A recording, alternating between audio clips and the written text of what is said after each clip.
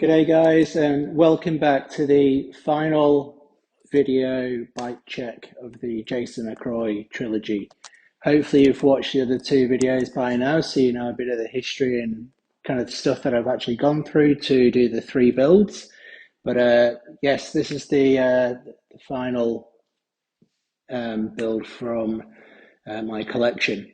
Now, this bike is absolutely loaded with trick stuff, just like the other two bikes, but it is actually fairly stock standard. There's nothing that I had to do which was out of the ordinary or anything that any of Jason's mechanics had done or any like fully wild custom parts like you see on his other builds. So everything is actually pretty stock standard. You know, you can go on eBay and Facebook Marketplace and actually source most probably about 80% of these parts. It just depends on obviously the level of quality you want to go to with them parts. Now, as I explained in the previous two videos, I'm very big on an accuracy rating of obviously how much time, effort I put into these bikes, and I want them to be perfect. Again, to my knowledge, no one's actually built this bike as a replica up unless they are obviously keeping away in their own basements or in their attics and just not showing them to the world. But to date, it's only been the M2 that people have replicated. No one's actually done the FSR and the also FSR DH. So again, possibly this is another world's first by the time this video is released. We are in September 2024. The actual accuracy rating for this bike is about 99.5%. Just like the M2, it's the same, near enough, it's the identical build. The only obviously anomaly in this trilogy is the downhill version because there were a lot of custom parts made for Jason with the frame. But this, as it stands, is 99.5% accurate. So again, it's mostly the most accurate build in the world to date. So there's not that much to go into with this really. It's pretty much a full XTR M900 group set build. The wheels are exactly the same as they are on all the other two bikes. It's the Mavic 121 ceramic rims on the DT Huggy hubs, and they're all the same hubs, same amount of spacing between them all, same cassette ratios on the XTR M900s. This is actually a triple chain set opposed to the single ring on the downhill bike. So this is from memory, this is the national champs winning kind of bike or round about that era, what Jason won the UK national champs on. So this is a cross country kind of setup for back in the day. So I'll just go to a few things that I did actually have to do to get this, you know, to the accuracy rating. One of the things was actually to do with the shock. So on this shock here on the Fox Alps 4, 1 second, this is the R version. So when I bought the 4R version, it had a gold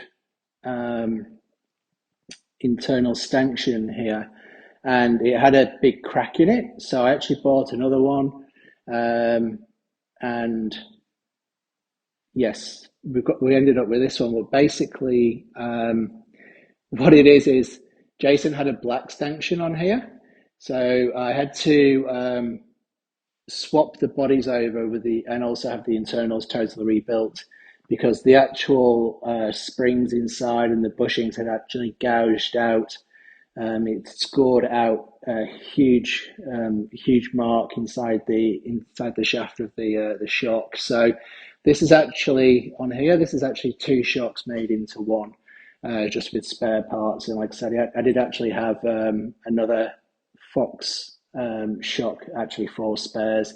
My friend Simon and Lockie up in Mountain Bike Suspension in Sydney, they actually did the work for me, which was amazing. But yeah, essentially that is two shocks or maybe even three shocks put together just to make that one. So that's mostly the only thing that I actually had to do on this frame. The decals are all original. I think I only replaced this decal, the FSR here, which is the decal from Retro Decals, like all my other builds. but all these here, everywhere else is perfect. Now, to actually get the actual exact specification here, if you watch my S-Works M2 video, you'll know about Neil. So Neil over in the UK, who owns Tora Cycles, Neil actually bought Jason's M2 build and his actual FSR. Again, he was so gracious in providing me pictures and specifications of everything on the bike, very detailed images, and I can't thank him enough. And that's what's allowed me to go and source all the parts. But it's basically a standard build. You've got the Avid kind of braking system. You're going to see all the part specification on my page on Vital MTB on the bike check, so you'll be able to see the full rundown. And I'll leave a link in the description. Please hit the green thumbs up button on the Vital MTB page above the bike check. That doesn't cost you to do anything. You don't need to be a member of the Vital MTB page to do that, but it'd be really appreciated if you could actually give that bike check a thumbs up. That would be awesome. Try and get another bike of the day. That would be super cool. But yeah, this bike, actually Jason's bike, is often brought over to the Malvins Classic over in the UK along with the M2. So obviously you can view the original over at the Malvins, because Neil normally goes every year. So it'd be pretty cool one day to go back home and see that, and actually go to the Malvins, because I never went as a kid when I was living in the UK. So that's on the bucket list of things to do. I've just made a few notes here about some things to do with the bike. So let's just have a quick look here. The only thing I kind of had to change over is, obviously, same with my other videos, when you buy the GripShift 800 X-rays, they come with black grips. So the actual purple and orange grips are actually new old stock shark tooth replacement covers. So obviously Jason had these colors on there, and so that was obviously something I did actually have to do extra to match Jason's build. The actual bars, this is what makes the build 99.5% accurate. Basically, on all Jason's bikes, he was running a 3-inch rise bar. You can only buy these in 2.5, so they were basically custom made for Jason. So that's basically the only thing that is different on this bike. We've got exactly the same correct length stem. It's a Control Tech stem without the Control Tech decals, unlike on the downhill bike. It's actually got the decal on the side, but it's got the American flag, made in America, sticker underneath the decal. So again, there's a few stems on the market. There's like a front loading stem, but this is essentially a one piece, and you've obviously got to get the measurements right to do the identical replica, and the stem length is all correct. The amount of spaces that he has on his bike, again, that's all same as Jason's. There is actually 2 and 3 different types of Diacomp A headsets. So again, this is specific to what Jason was running, because there are a couple of little different models that he actually ran. With the forks, internally the forks, when I got them, they were a pretty bad condition, and like all my other RockShox duties on all the builds, I've upgraded the internals with a full service, all new seals and Steed springs from SRP over in America. So they feel absolutely amazing now. That's really, really good. The other things on the list, just to point out, let's have a look. Yeah, that's basically it. With my other build bike checks, I just let everyone know what actual new old stock and new in box parts that have actually been installed on all of the 3 bikes. So I'll just run through that with this, so you can actually see what is absolutely brand new and has never been touched. So the Mavic rims, front and rear, are new old stock.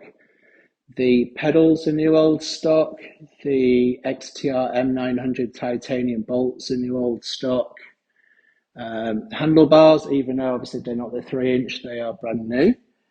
The seat clamp, that is actually new old stock. And the quick release skewers as well. They still had all the label tags on them and have never been used. And last but not least, the Specialized Cannibal tire as well. That's still in the box, never ever been used. So that's a brand new one. It's a super rare find. The only thing that I actually do want to do down the track is basically find another team control tire with a really good tan wall on the side, because this is faded and it's going to be a bit orangey. So it doesn't obviously match with the brand new one on the back with just color wise. So that is the only kind of upgrade that I would do on this build.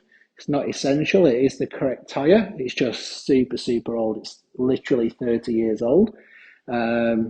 So that's the only thing, because like, yeah, everything else is brand new. I'm actually just looking here, the Shimano XT cantilever pads, the brake pads, they're actually new old stock as well. They still came in the box. So that's kind of cool as well. But it is a fairly standard build. There's literally nothing like really weird or special about it. It's just a very high quality build. Oh, and the bottom bracket XTR M900, that's also brand new as well. And that's a new old stock. But so it is pretty much all new old stock. It's an amazing looking bike. I've took it around my neighborhood. It's actually a really nice ride, even though this long stem looks a bit funny from back in the day, but the actual geometry looks great. And I can't urge you enough to go and check out Neil's Tora Bikes, Tora, because he's actually done a replica for the Malverns a couple of weeks ago. Tried to replicate this bike, but in a brand new version of Tora. So, which looks super sick. I would love to have one day as well. So, yeah, go and check out all his great work. But yeah, this is about it. So it is a special build, and yeah, that brings this kind of trilogy to an end. Obviously, Jason used to ride for MBK GT, Hardesty cycles back in the day. Obviously, he did have a Salsa bike and a GT RTS. I have actually had two GT RTSs over the past couple of years, but I've now sold them to actually fund these projects. But I could buy another one down the track and do another Jason McCoy replica with a different bike or with the Salsa bike. So who knows? That might be something down the track in the years to come. But thank you for sticking around this long to the end if you have done that. Please don't forget to like and subscribe. I can't stress enough how much it helps content creators. It literally does not cost you one dime, one penny, 1 cent. To actually do it. You don't really need an account to do it. You can just click the subscribe and smash a thumbs up button, because it does help with the algorithms. So that'd be absolutely amazing if you could do that. And that goes for any content creators that you watch, whether it be in biking, retro builds, or anything else. Support the people who make the videos just by doing a simple like and subscribe. So but I'll love you and leave you. Thank you for your time. And I hope you've enjoyed the builds over the past few months. All right, take care. See you soon.